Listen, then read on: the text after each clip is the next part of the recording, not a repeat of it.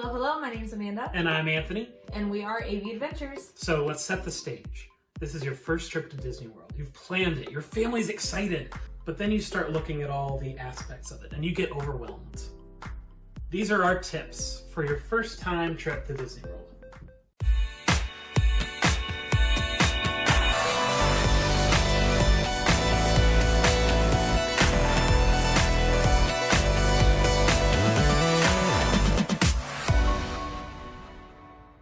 Alright, welcome back guys. So our first tip, if you are headed to Disney World for the first time, is to plan ahead. Yep, don't just wing it. No. With how popular Disney World is and how many people come to the parks in a year, there are so many people there and there are so many things that get booked out way ahead of time. And so you've got to be a little bit more on top of it than you would if you were just going to the beach or going to the mountains or something like that. So plan ahead. I'll plug in here too. Even if you're like familiar with Disneyland, it's not the same experience. Disneyland, you can walk in, you can say, "Oh, I want to go here. I want to try this." Disneyland is very much a locals park. Yeah. Disney World is not. There are locals that go there, but it is not a locals park. And so that leads kind of right into our next tip. That planning can get overwhelming, and it's always great to have help.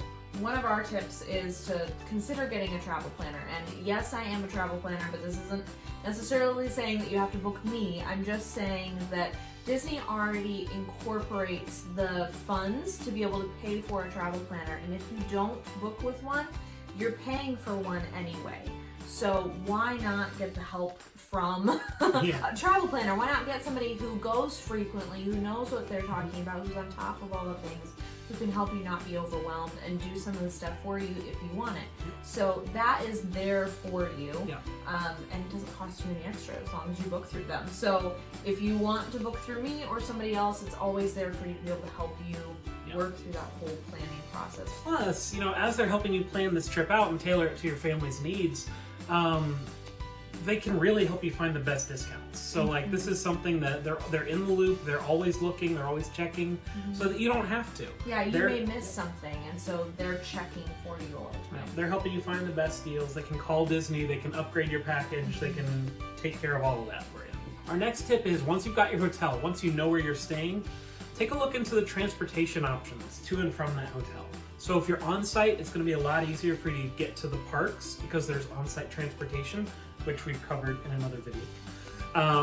If you're off-site, then you'll need to consider, do I want to pay for Lyft and Uber every day? Do I want to, maybe rent a car? Do I want to drive down to Florida? There's monorail, there's all the things. Yeah, so make sure you're familiar with the on-site transportation and know how you're going to get to and from your hotel to the parks, how much that's going to cost you, if there is a cost associated, all of that. Yep. So along the lines of checking the cost on everything, one of the big things that people don't necessarily think about is how to orchestrate your food. Yeah. People think about food, but you don't necessarily think about what might be the best option for you and how your family normally eats. So this means looking into what kind of restaurants would you want to go to? Do you need to book those ahead of time?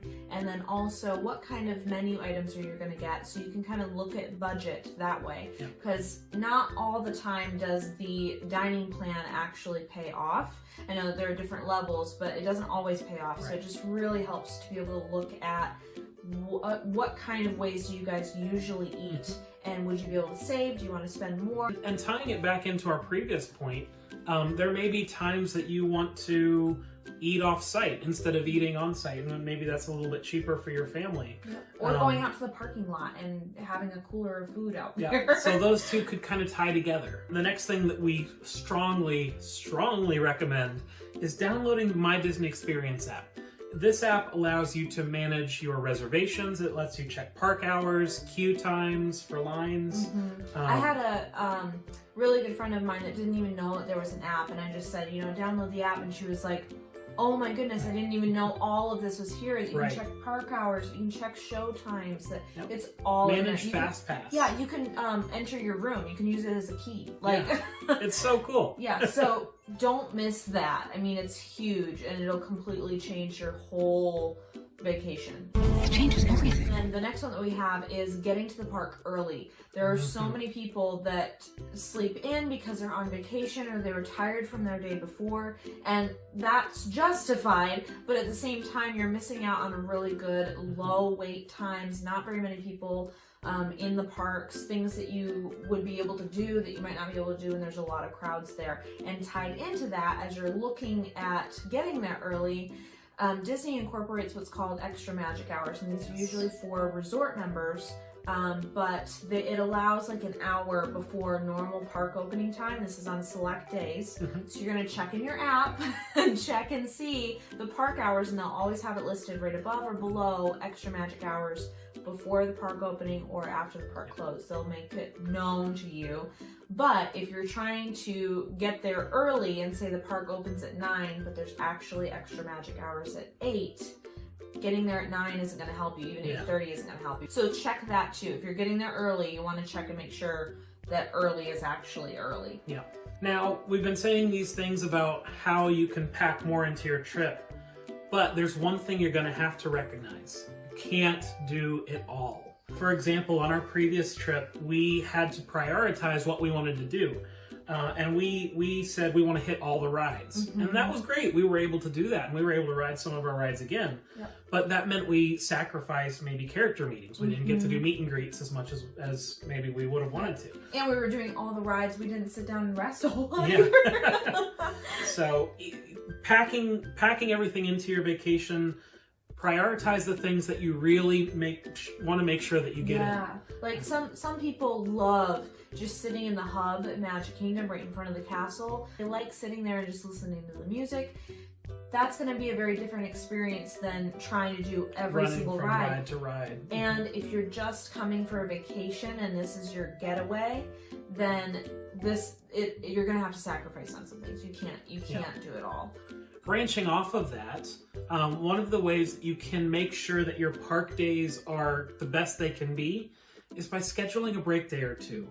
Our rule of thumb generally is to not go more than 3 days without a break day, because we just get exhausted, and that's going to be different for each family. That could be, with young kids, it might be, it may not be a break day, but I know that some parents of young kids will go back to their hotel in the afternoon. And that's a great idea because if your kids are used to napping at a certain time, they're not going to act any different than they normally do at a park than they do at home. Would you really walk all day long, every single day?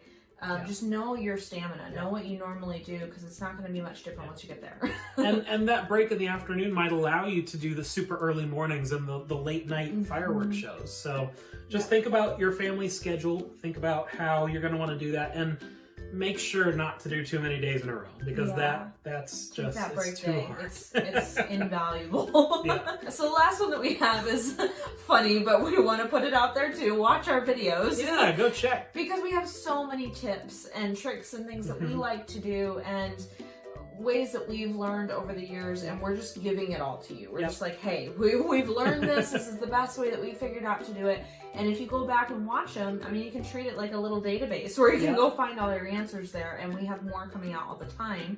So along with that, if you subscribe, you'll see all the new videos that come up. You'll get a notification if you hit the bell. So go check out some of our past videos. If this is your first time to Disney, tell us. Leave a comment. We'll see you going down the trail of our old videos. Yeah, let us know if you are going for the first time. So thank you guys so much for watching, and we will see you all on the flip-flop. So long.